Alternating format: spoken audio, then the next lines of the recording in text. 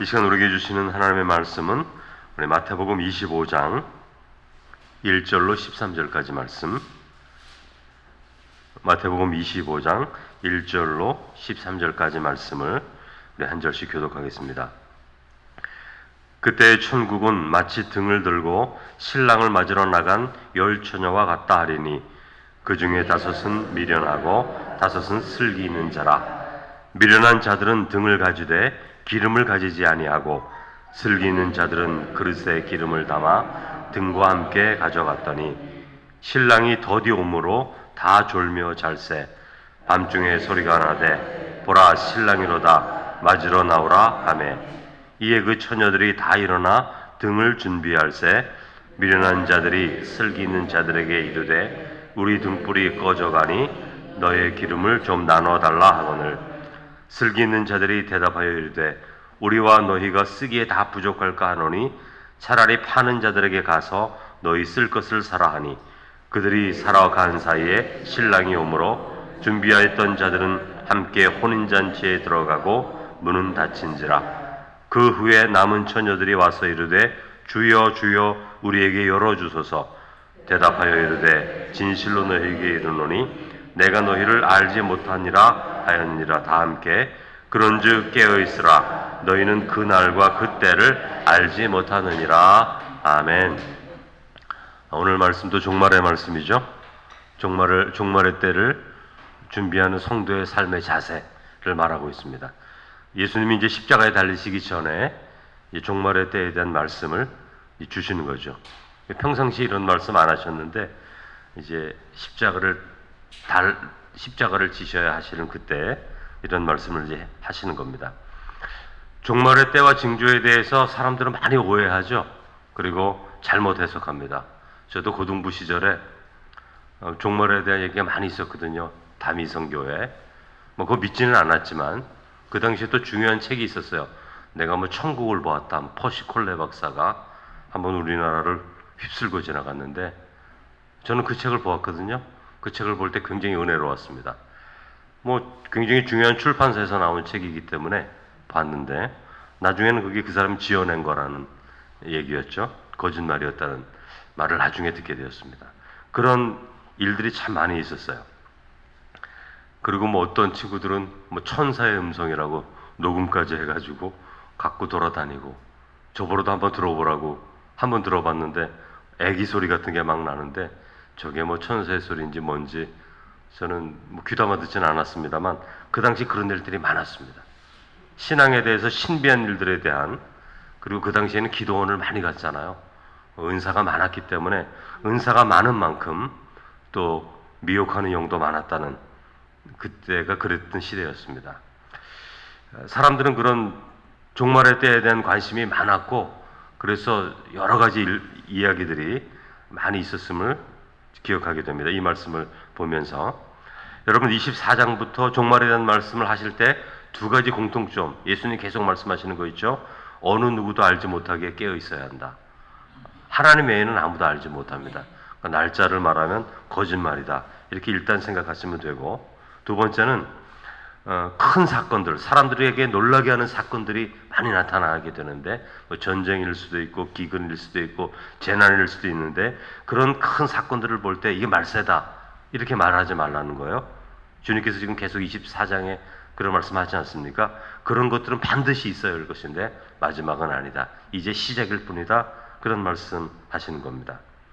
더 중요한 것은 이 진정한 종말은, 성경의 종말은 절망이 아니다. 슬픔이 아니다. 비극이 아니다. 왜냐하면 기독교의 종말은 희망에 가깝다. 이걸 아시면 됩니다. 왜냐하면 이 종말이라는 것은 온 세상의 모든 죄를 심판해서 죄의 권세가 완전히 힘을 잃어버리는 거고, 그래서 하나님의 뜻이 이루어지는 때가 종말이지, 이 세상처럼 다 망하고 다 죽고 다 파괴되고 이런 게 종말이 아니라는 거예요. 그건 세상적인 종말을 말하는 것입니다. 여러분, 종말의 시기는 언제냐면 예수님이 십자가에 죽고 부활하시고 승천한 때부터 예수님 재림할 때까지, 그게 2000년이든 3000년이든 우리 시대에 오든 오지 않든 그때가 종말의 시기예요. 그렇게 알고 계시면 됩니다.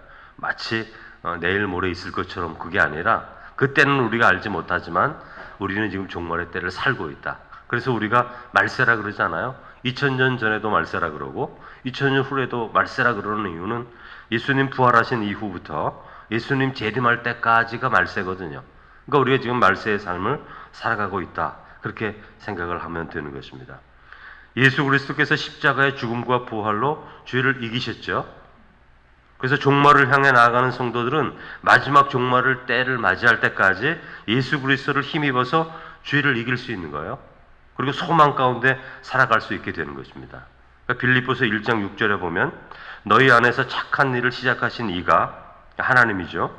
그리스도 예수의 날까지 이루실 줄을 우리가 확신하노라. 이렇게 말할 때 그리스도 예수의 날까지 이렇게 말하는 것은 재림하시는 날, 예수님이 재림하시는 날까지 우리 안에서 이루신 구원의 일을 끝까지 이루어 가실 것이다. 종말의 때가 되었다고 해서 마지막 날이 되었다고 해서 하나님의 역사하심이 희미해진다거나 약해진다거나 어떤 분들은 마귀의 때가 강해져서 그때는 하나님의 때를 알지 못한다. 이런 어처구니 없는 말을 하는데 그건 어처구니가 없는 말이고 오늘 말씀하신 것처럼 너희 안에서 착한 일을 시작하신 이가 우리에게 구원을 이루신 그 하나님이 그리스도 예수의 날까지 그 마지막 날까지 쉬지 않으시고 성실하게 일하시는 분이 하나님이시다. 그러니까 말세라고 해서 두려워해서는 안 되는 것은 하나님께서 끝날까지 끝까지 우리와 함께 하시기 때문에 물론 환난도 있고 고난도 있고 아픔도 있겠지만 그러나 하나님께서 우리와 함께 하시기 때문에 두려워할 것이 없다. 믿음을 지키고 견디라. 그렇게 말씀하시는 거거든요.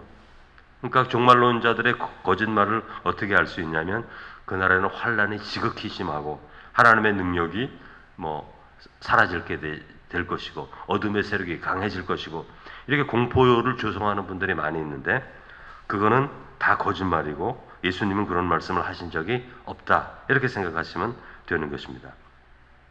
예수 그리스도를 통해서 죄를 이기는 놀라운 능력이 마침내 완성되는 날, 그날이 종말의 날이에요. 그 성도들은 기쁜 날이죠. 그래서 여러분들이 바울 서신을 읽다 보면 제가 이제 빌립보서 읽어드렸지 않습니까? 그리스도 예수의 날까지 이런 말들이 많이 나옵니다. 초대교회 성도들은 이 종말에 대해서 기쁨으로 기대했던 거예요. 감사함으로. 왜냐하면 그날은 완성의 날이기 때문에 그런 것이죠. 그런 것들을 바라보면서 우리가 나아갈 수 있어야 되는 것입니다. 여러분 성도들도 살아가는 삶을 통해서 고통을 많이 겪습니다. 그렇죠? 고통과 고난도 있고 순교자들과 같은 생명을 잃는 때도 있어요. 제 친구도 터키에서 선교하는데 한 20년 넘었습니다.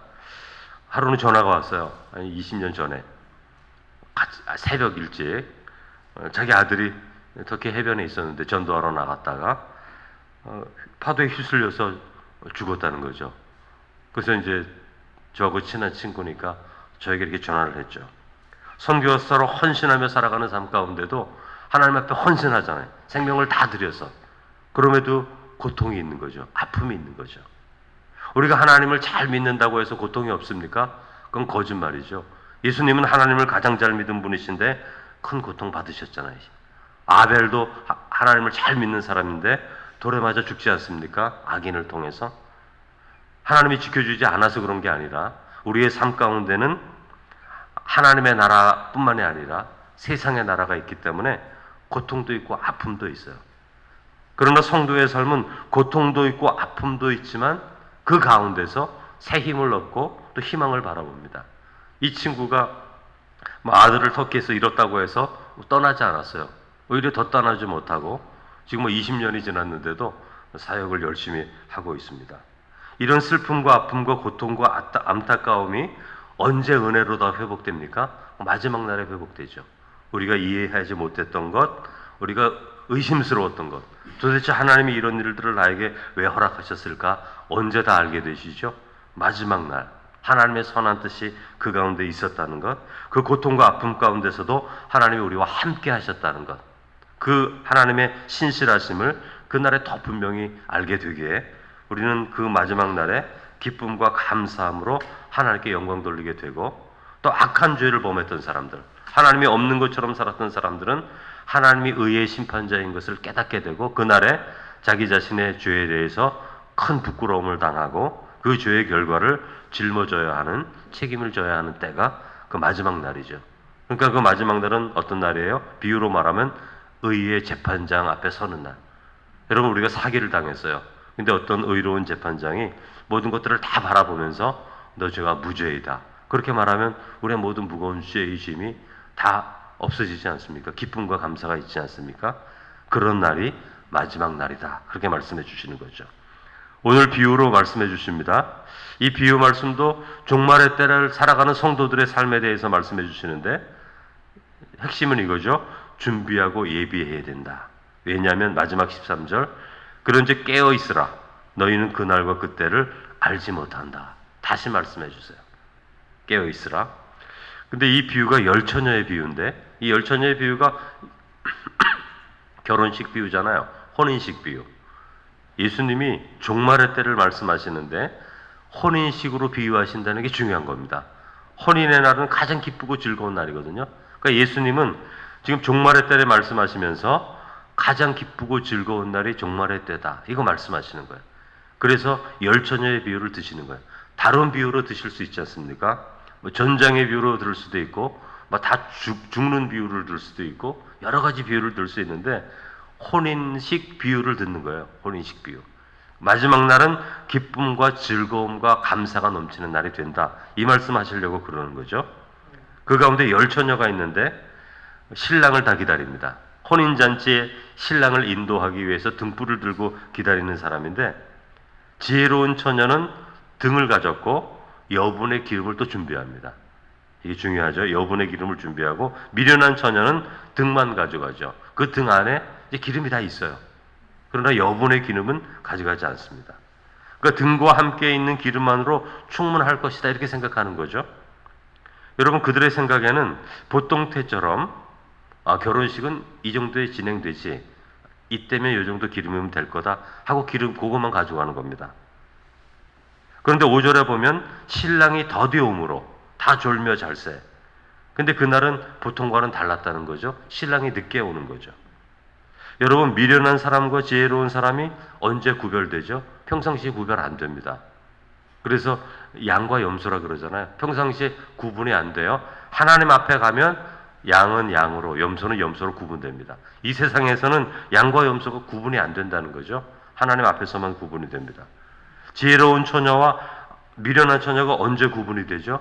평상시엔 구분이 안 돼요. 신랑이 늦지 않으면 구분이 안 돼요. 그 기름이 다 있으니까. 언제 구분이 되죠? 신랑이 늦게 오니까 저게 미련한 처녀구나, 저게 지혜로운 처녀구나, 그때 구분되는 거예요. 평상시엔 구분이 안 됩니다.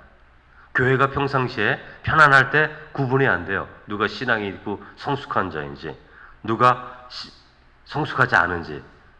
교회가 힘들어지면 구분이 되죠. 똑같은 겁니다.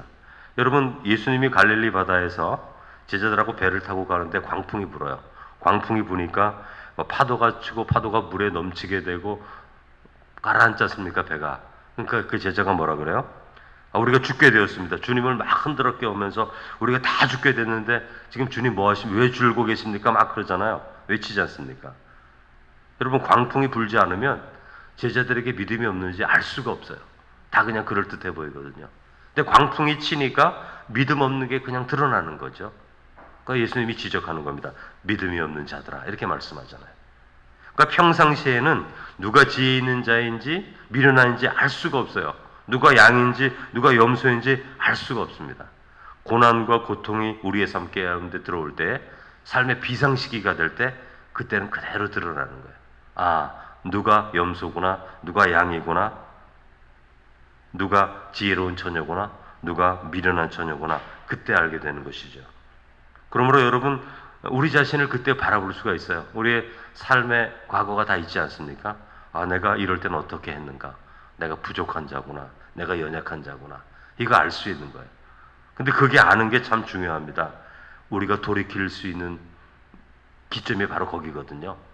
내 스스로에 대해서 과신하지 않고 또 과도하게 내 자신을 믿지 않고 하나님 앞에 내가 이런 자였구나, 언제 돌아봅니까? 고통과 고난의 순간에 자기 자신을 알 수 있는 거죠. 그런 걸 회개하게 되고 하나님께 더 가까이 갈 수 있게 되는 것입니다. 평상시처럼 신랑이 늦지 않았으면 비련한 다섯 처녀는 드러나지가 않습니다. 그러나 신랑이 늦게 오니까 드러나는 거예요.